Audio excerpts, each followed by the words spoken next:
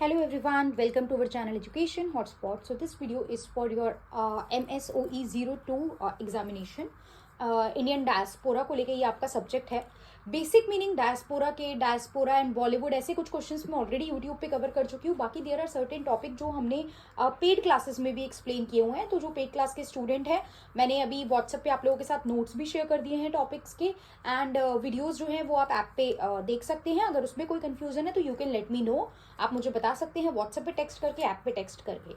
यहाँ पे हम बात करें एक टॉपिक की MSOE 2 की, that is approaches to study Indian diaspora. देखिए, अप्रोचेस अगर इंडियन डायस्पोरा की पूछता है, कई बार वो डायस्पोरिक कम्युनिटीज की भी पूछ लेता है. तो डायस्पोरिक कम्युनिटी की अप्रोचेस या पर्सपेक्टिव पूछे तो आप कल्चरल, पॉलिटिकल, सोशल, इकोनॉमिक इस वे में एक्सप्लेन कर सकते हो. बट अगर वो इंडियन डायस्पोरा की अप्रोचेस पूछ रहा है तो हमारी बुक में यहाँ पे कुछ सर्टेन अप्रोचेस दी हैं, जिसमें से पहला है literary view. Literary view simply होता है कि जब हम डायस्पोरा को प्रेजेंट कर रहे हैं, डायस्पोरा की स्टडी कर रहे हैं या डायस्पोरा के बारे में जान रहे हैं by the literature, by the writing of some person. तो आज की डेट में तो ऐसी बहुत सारी पर्सन है जो ऐसी किताबें लिख रहे हैं जिसमें Indian who are living outside उनके बारे में जिक्र किया हुआ है, या तो वो उनकी लाइफस्टाइल के बारे में प्रेडिक्ट करती है, या वहां पे उनके जो इश्यूज हैं वो बताती है. तो ये लिटरेरी व्यू होता है जिसको पढ़ के हम इस तरीके की इंफॉर्मेशन ले सकते हैं. अब क्या है, सब्जेक्ट थोड़ा सा ये कंपैरेटिवली टेक्निकल है, तो यहाँ पे एग्जैक्ट चीजें याद रहनी जरूरी है. आप सिर्फ लिटरेरी व्यू बना के लिख दोगे क्या होता है, तो वहां पे नंबर लेना मुश्किल हो जाएगा. We need to give certain example. और इस क्वेश्चन को एक्सप्लेन करने से पहले अगर ये पूछा जाएगा तो firstly I will tell the meaning of the Indian diaspora.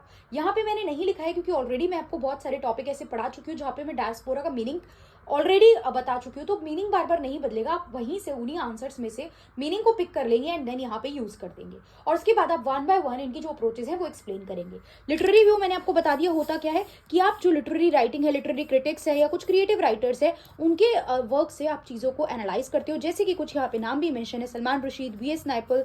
इन्होंने एक्सप्लोर करा है the displacement and the nostalgia and the identity with regard to the diaspora. अब नेम से एक नाम से बुक है झुम्पा लहरी की, जो क्या बताती है, stories of the skilled migration. Skilled migration is a migration जब आप देखिए इनिशियली कॉलोनियल टाइम पे हम माइग्रेट कर रहे थे, बट दैट माइग्रेशन जो थी वो हम अपनी लेबर दे रहे थे बाहर, राइट. इंटेंडेड लेबर वाला कंसेप्ट था, बट लेटर ऑन बाद में जाके 20th सेंचुरी की बिगिनिंग की बात करें तो यहाँ से स्किल्ड माइग्रेशन देखने को मिला. Mean skilled professional like doctor, engineers, lawyers, teachers, इन लोगों ने भी माइग्रेट करके बाहर अपनी सर्विसेज देना स्टार्ट किया. तो स्किल्ड माइग्रेशन की बात इन्होंने की है और उनका चैलेंज जो वो वेस्टर्न सोसाइटी में फेस कर रहे हैं during the post colonial migration. फिर यहाँ पे नेटिव लैंग्वेजेस का, डायलेक्ट्स का या फिर हाइब्रिड एक्सप्रेशन का भी यूज किया जाता है ताकि आप बेटर तरीके से अंडरस्टैंड कर पाओ और एक लिंक स्टैब्लिश कर पाओ. जैसे कि English language, English is a mixture of the Hindi and English. Like हम मैसेज पे कभी टाइप करके इफ वी कम्युनिकेट तो क्या होता है, वो लैंग्वेज ना कंप्लीटली इंग्लिश है ना कंप्लीटली हिंदी है, it is a mixture of both. तो वो एक हाइब्रिडाइजेशन देखने को मिल रहा है in the form of the language. तो वो चीज यहाँ पे देखने को मिलती है जो डायस्पोरिक आइडेंटिटी को रिफ्लेक्ट करती है. प्लस डायस्पोरिक लिटरेचर जो है वो कई बार कुछ डिफरेंट टॉपिक को एक्सप्लोर करता है, प्रेजेंट करता है, जैसे कि race and racism, caste and religion के बारे में, जेंडर एंड सेक्सुअलिटी के बारे में, ये सब चीजें प्रेजेंट करता है.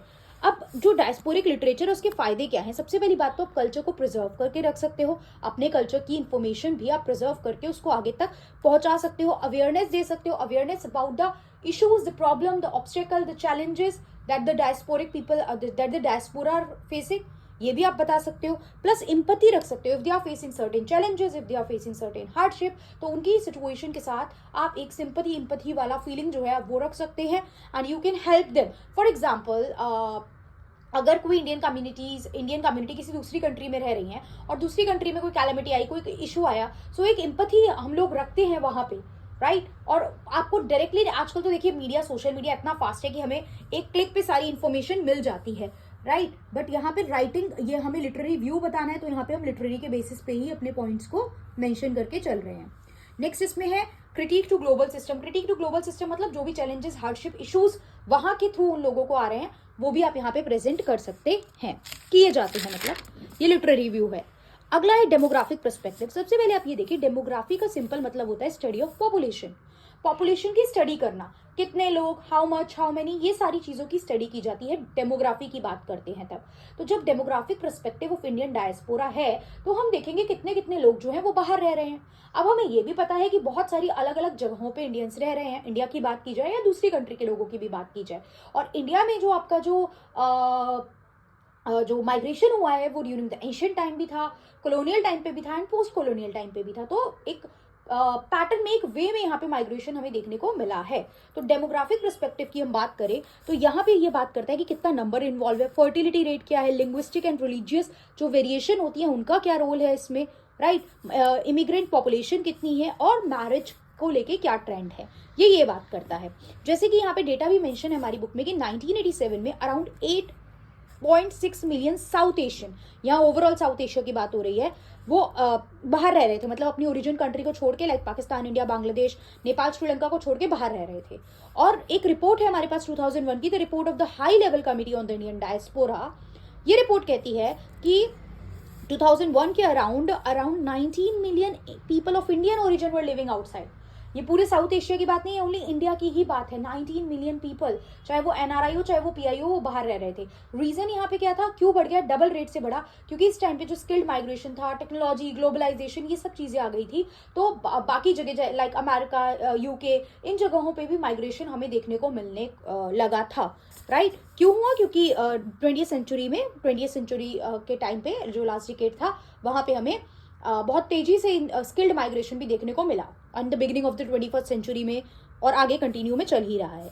ये क्वांटिटेटिव एंड क्वालिटेटिव अंडरस्टैंडिंग देता है कि इंडियन डायस्पोरा कहाँ कहाँ ग्लोबली प्रेजेंट है, और पॉलिसी मेकर, गवर्नमेंट, रिसर्चर की हेल्प करता है कि उसके रिगार्डिंग कुछ पॉलिसी बनानी है, कुछ रूल सेट करना है, या कुछ नया रूल लाना है, लॉ लाना है, तो वो आप चीज़ें इंट्रोड्यूस कर सकते हैं, right.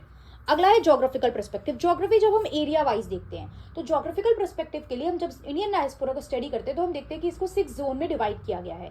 Indian moving toward Africa and Mauritius, यहाँ पे इंटेंडेड लेबर वाला काम हो रहा था जो कॉलोनियल टाइम पे देखने को मिला था। कॉलोनियल टाइम पे यहाँ पे लोगों को एज ए लेबरर बाहर भेजा जा रहा था, जैसे मॉरिशस, फिजी वगैरह वाली जगहों पे वो इंटेंडेड लेबर दे रहे थे अपनी।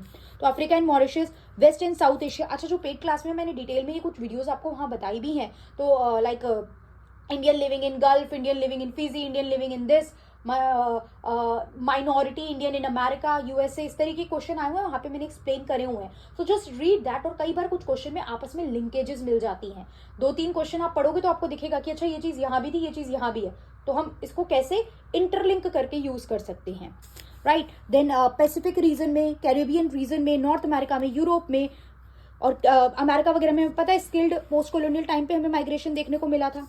अब ये जो है ये ज्योग्राफिकल एग्जामिन करता है कि किस तरीके से लोकेशन या मूवमेंट जो है लोगों की या प्लेस जो है वो उनकी आइडेंटिटी, कल्चर और एक्सपीरियंस को शेप करता है। तो this is about geography. Geography मतलब the location where they are, right. हर जगह सेम नहीं रहता है, कुछ जगहों पे आप काम करने जा रहे हो, गल्फ रीजन में आप स्किल्ड वर्क के लिए, फीजी, मॉरिशस वगैरह में वहां पे आपको देखने को मिल रहा है काइंड ऑफ लेबर वर्क।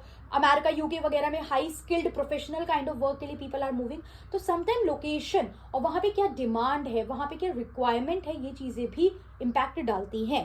फिर आता है आपका एंथ्रोपोलॉजिकल अंडरस्टैंडिंग। एंथ्रोपोलॉजी का सिंपल मतलब है कि आप डिफरेंट एस्पेक्ट से चीज़ों को पढ़ रहे हो, कल्चरल, सोशल और अपने एक्सपीरियंस के बेसिस पे हम चीज़ों की बात कर रहे हैं। तो ये फोकस करता है cultural, social and the lived experience of the diasporic community across the global, मतलब अलग अलग जगहों पे जो वो रह रही है।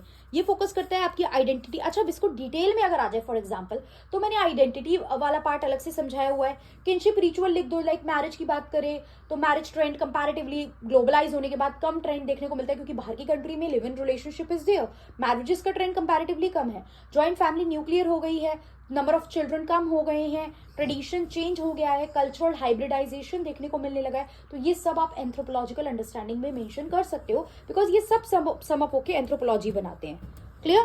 फिर यहाँ पे हम लिखेंगे बेंडिंग एंडरसन भी एक्सप्लेन करते हैं ethnicization of the existing nationality practicing long distance nationalism. Simple सी बात देखिए, फॉर एग्जाम्पल जैसे कि अलग अलग एथनिसिटी के लोग हैं, they are living there, but जब वो कनेक्ट वहां पे एक जगह जाते हैं तो वहां इंडिया में भी जैसे अलग अलग स्टेट के लोग हैं। अभी यहाँ पे आप इंडिया में कहोगे we are belong to UP, we belong to Bihar, this in that, but when you go to other country तो वहां पे आप एज ए यूनाइटेड होकर इंडिया के लिए आवाज उठाते हो।